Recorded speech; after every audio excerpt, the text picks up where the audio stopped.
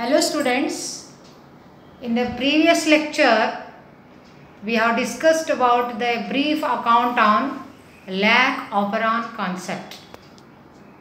Okay, so the definition of Lac operon we have completed in the previous video. Today we are going to begin the mechanism of Lac operon, because we have not discussed the mechanism of the Lac operon. Definition we have discussed, historical aspect we have discussed. Now we will move towards the mechanism of Lac operon. So this Lac operon concept that is it follows switch off mechanism and switch on mechanism. First we shall see the switch off mechanism. As you can see on the diagram, focus your attention on the diagram. So that I have drawn with the red pen. So since we know that Lac operon is composed of clusters of genes, they are placed adjacent to each other. Okay. Now when there is when lactose molecules are absent in the medium, the DNA is switched off for protein synthesis. Why? Because there is no lactose molecule in the medium. Hence there is no synthesis of protein and in the DNA. So the DNA is said to be switched off condition. Next, in the absence of lactose, it is called as Lac operon switch off condition. And the regulator gene I gene, as you can see, the first I gene is there, no? The regulator gene I gene produces a repressor protein, and this repressor protein which binds to the operator gene. So O, that is indicated O, it is binding which binds with the operator gene. And the promoter gene is, what is promoter gene? So P stands for promoter gene. So P, a promoter gene which is this is the RNA polymerase binding site. The role of the promoter gene already we have completed. So what is its role? Its role is to provide the site for the binding of RNA polymerase. Hence it is called RNA polymerase binding site.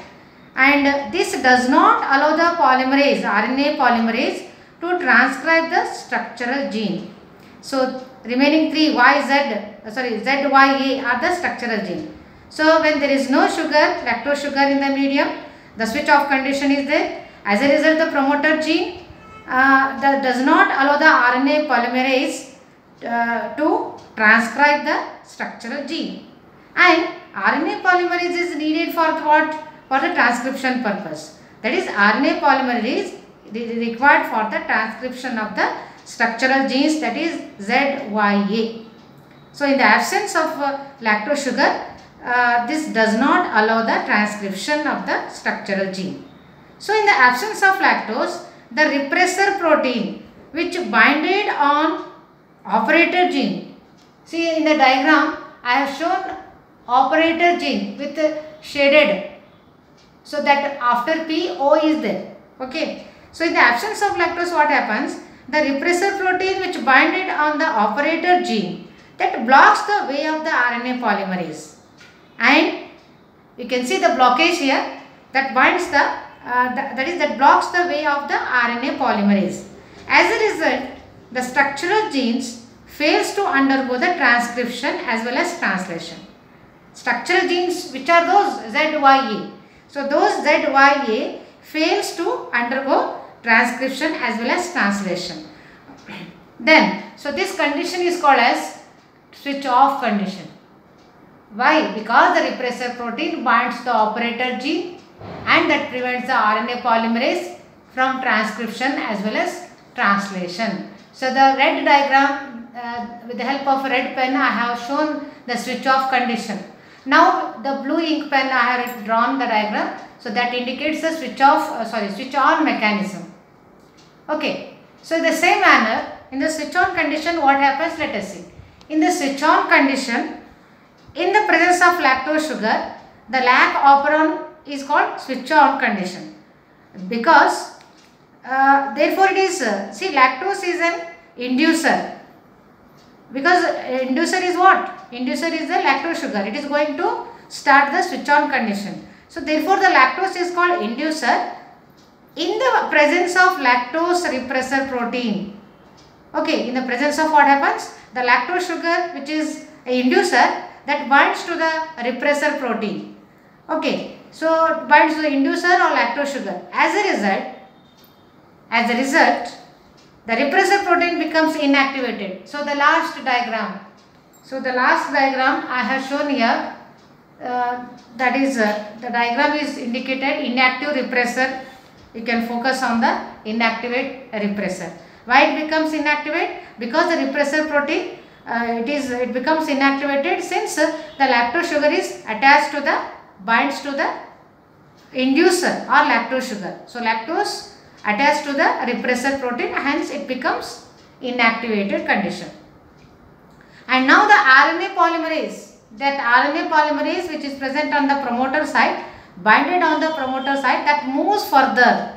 So that moves further, RNA polymerase binds on the promoter gene, that slowly moves further towards the structural gene and carry out the transcription of ZYA genes.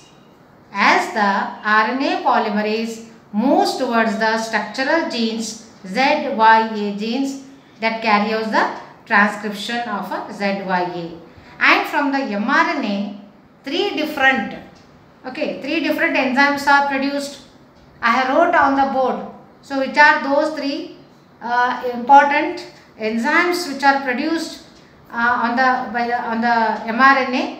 They are which are helping for the lactose absorption. So these three enzymes, let me tell you which are those three. So these three enzymes are helpful for the lactose sugar absorption from the medium. So the first enzyme is called beta galactosidase enzyme, and second is called beta galactosidase permase, and third one is beta galactosidase transacetylase enzyme. Thus, these three enzymes are produced at the end of the switch on condition. So when that is transcription occur, so these three enzymes, after transcription, translation occur, and as a result of translation, three different enzymes are produced in the switch on condition.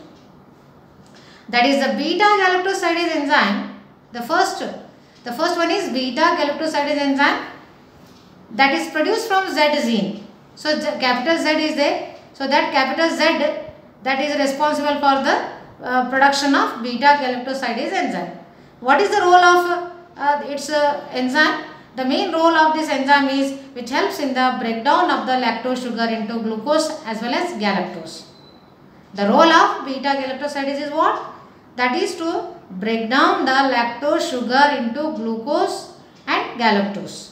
And second is what? Second enzyme is beta galactosidase permase. Its role is that is permase. Beta galactosidase permase enzyme is produced from Y gene, capital Y gene, which helps in the entry of the lactose sugar into E. coli bacteria. That helps in the entry of lactose sugar into E. coli bacteria. Last enzyme is beta galactosidase transacetylase enzyme. From which gene it is produced? It is produced from the A gene. So what is its role? Its role is to control the functioning of beta galactosidase. It controls the functioning of beta galactosidase enzyme. Thus, these three enzymes are nothing but they are proteins. They are produced at in the presence of the lactose sugar. That is, in case of lac operon, mRNA produced from ZYA gene is what type? It is polycistronic type. Let me tell you, let me clear the definition of polycistronic means what? What is polycistronic? You might be knowing monocistronic, polycistronic. So polycistronic means the genes contain information for synthesis of more than one polypeptide chain. So here how many polypeptide chains are formed? More than one polypeptide chain. Since three proteins are synthesized here, enzymes are synthesized, means three polypeptide chains are produced. So hence the condition is polycistronic condition. That is, in this lac operon, the messenger RNA which is produced from ZYA, it is polycistronic type having 3 polypeptide chain. So this is all about the lag operon concept mechanism, that is switch off as well as switch on.